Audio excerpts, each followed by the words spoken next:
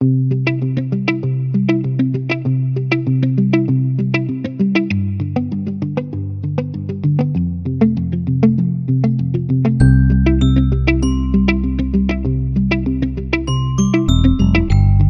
everybody. That's Nikita this side. How are you all? I hope you all are doing well. So, today I have one special guest with me who is all about data, data engineering, machine learning, and that's what we are going to talk about today. So, my guest is Jatin Ahuja. He has formerly worked at Red Hat as a data engineer. Now he is working as machine learning engineer at Acquia, and yeah, he has a thing for tech talks. He likes to help around people here and there whenever he gets chance, and also helping people with his knowledge. He sincerely believes in sharing knowledge with people to whatever extent he can. He is a certified TensorFlow developer, and I can say he has used this work from home culture at its peak. So without much ado, I am handing it over to Jatin to introduce and tell us more about himself. Hi Nikita, and thank you for this introduction. Hello everybody. So like you almost told like all the things about me, but yeah, like myself, Jatin, I started working. So like I'm a computer science graduate. I graduated in 2019, which is like a couple of years back. But like my journey with data, it started well in college itself. Like from my third year of second year, like at the end of the second year.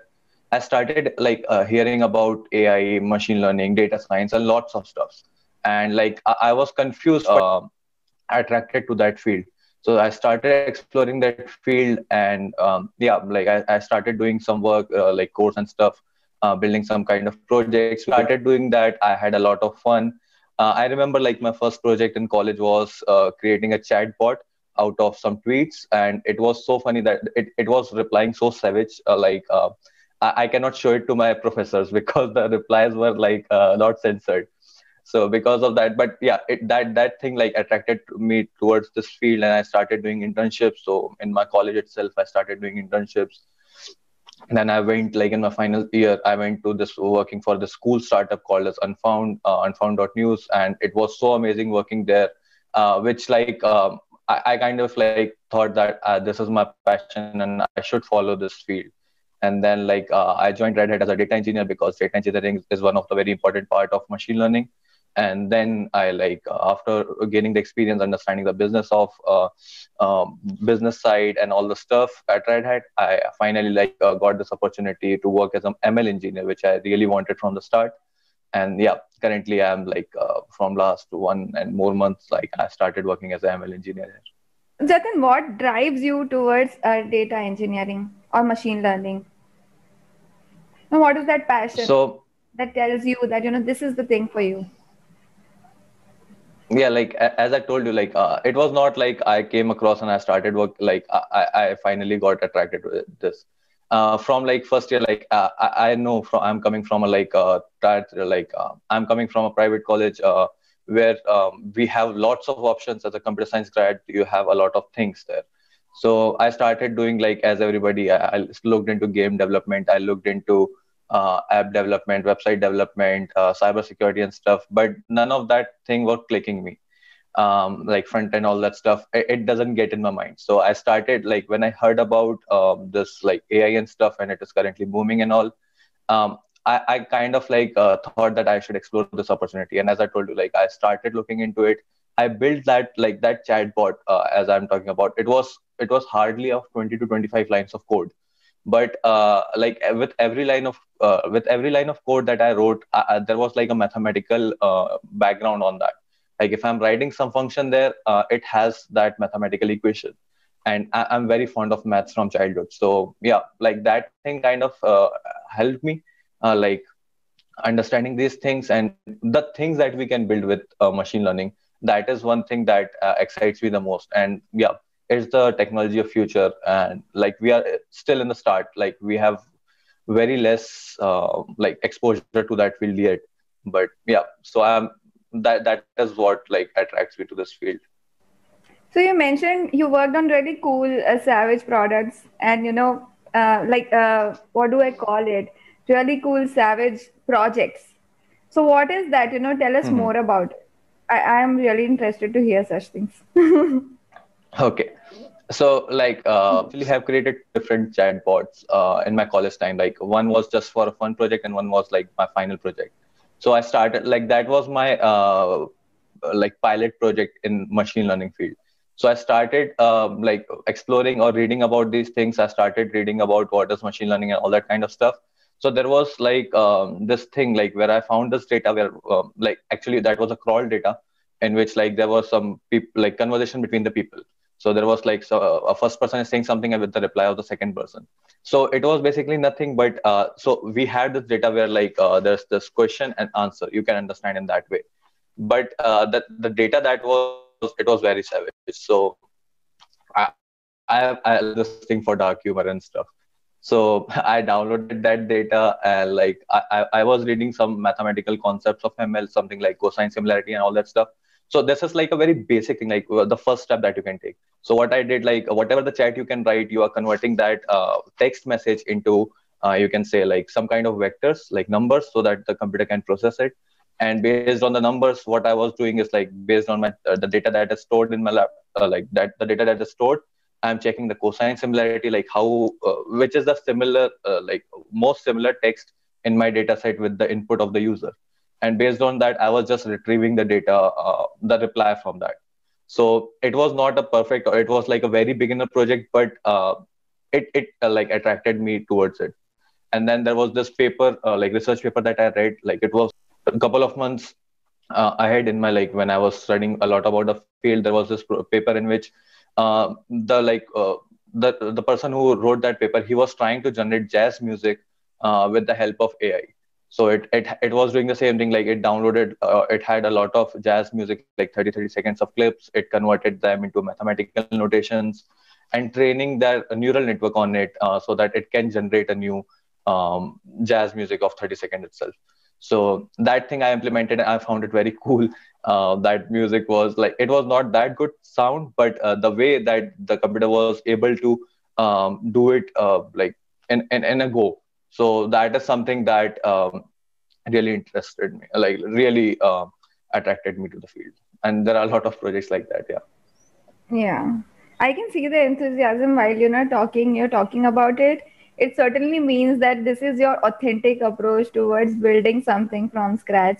And once it turns out to be good, you really feel happy about it. Like I never made it like as a product or something, but like some of my cool projects were actually the tasks that were given to me like for the internship exam. So in my college, I was very active for the internships and stuff. So I applied a lot of places, and they like gave me some kind of like task that I have to do.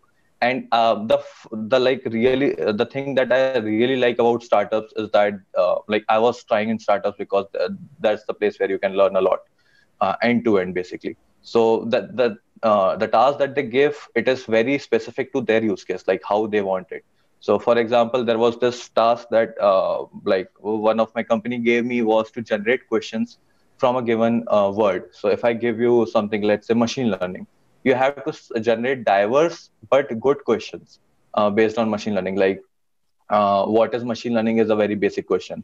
Where do you see machine learning going in future? So this kind of problem statement needed a lot of things to think of, like what is a good question in that way.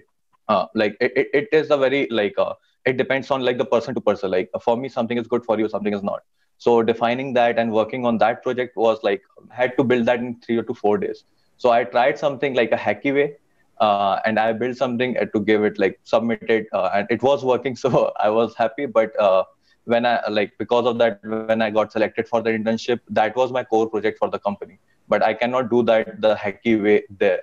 So there, like I have to do a lot of research. Like I spent 1.5 months in that particular project. Like I learned a lot about linguistics, NLP, and yeah, AWS and all that stuff, because I have to like do end-to-end services in that.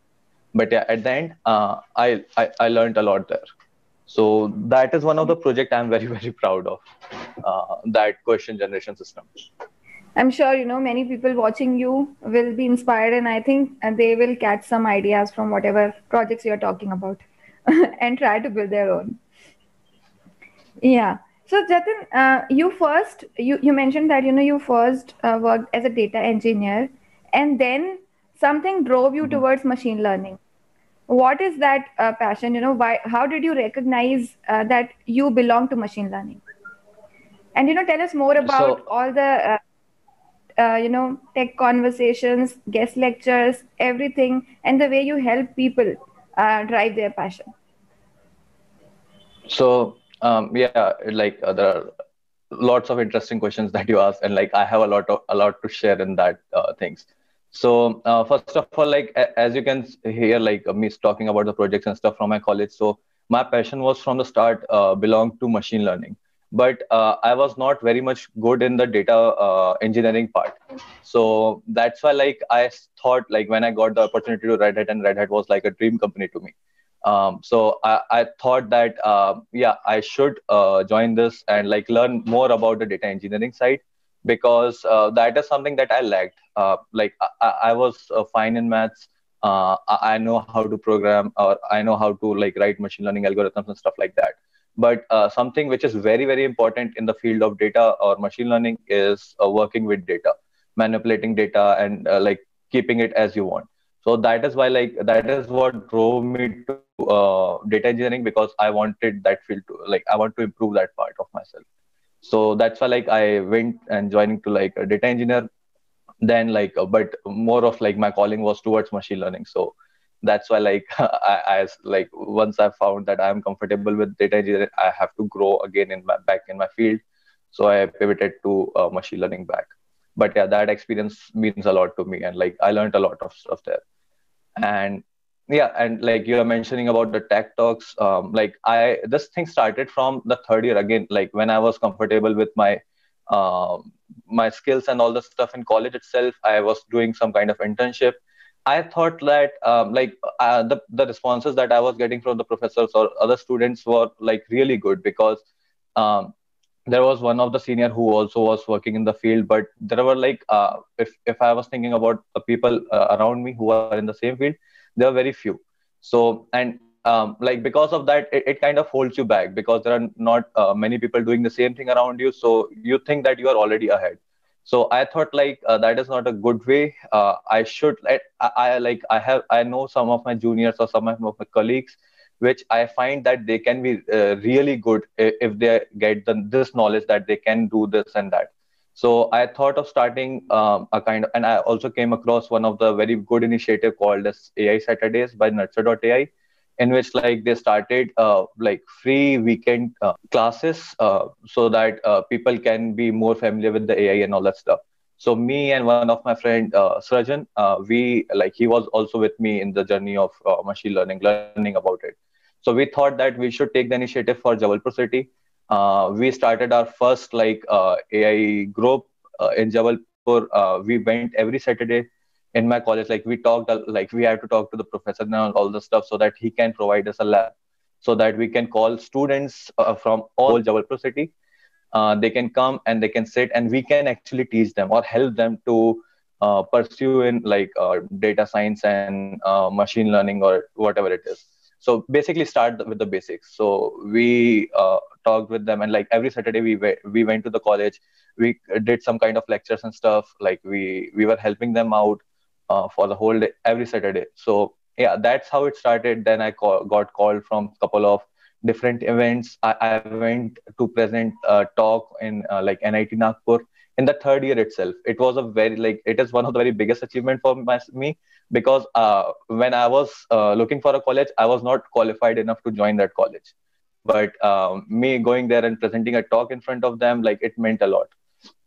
And similar to that, then like I got connected to these people more, and like I got a couple of more opportunities to go and present some talks in different topics. So yeah, something like that.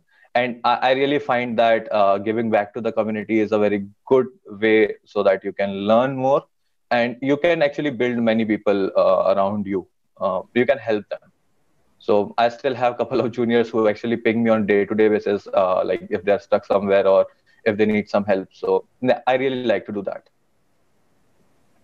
Yeah. So Jatin, one question. I didn't think that I will ask that, but something of the conversation motivates me to ask this question is like, How do you manage time? Because your job demands so much. Being a data engineer or machine learning engineer, it's not an easy job. You have to devote a lot of time to understand things, first of all. Then, managing yourself to help people out there with a noble cause and selfless intentions. How to manage all that? First of all, like I will not say that it's completely selfless, because helping somebody, actually, like the question that they ask is, are the things that I learned in the start. And like meanwhile you're working, you just get like forgot about those things. So if they reach out to you, sometimes I don't know the answer. So I have to spend some time to learn that. So it is building, or like it is helping my basics again. So that is not completely selfless, but yeah.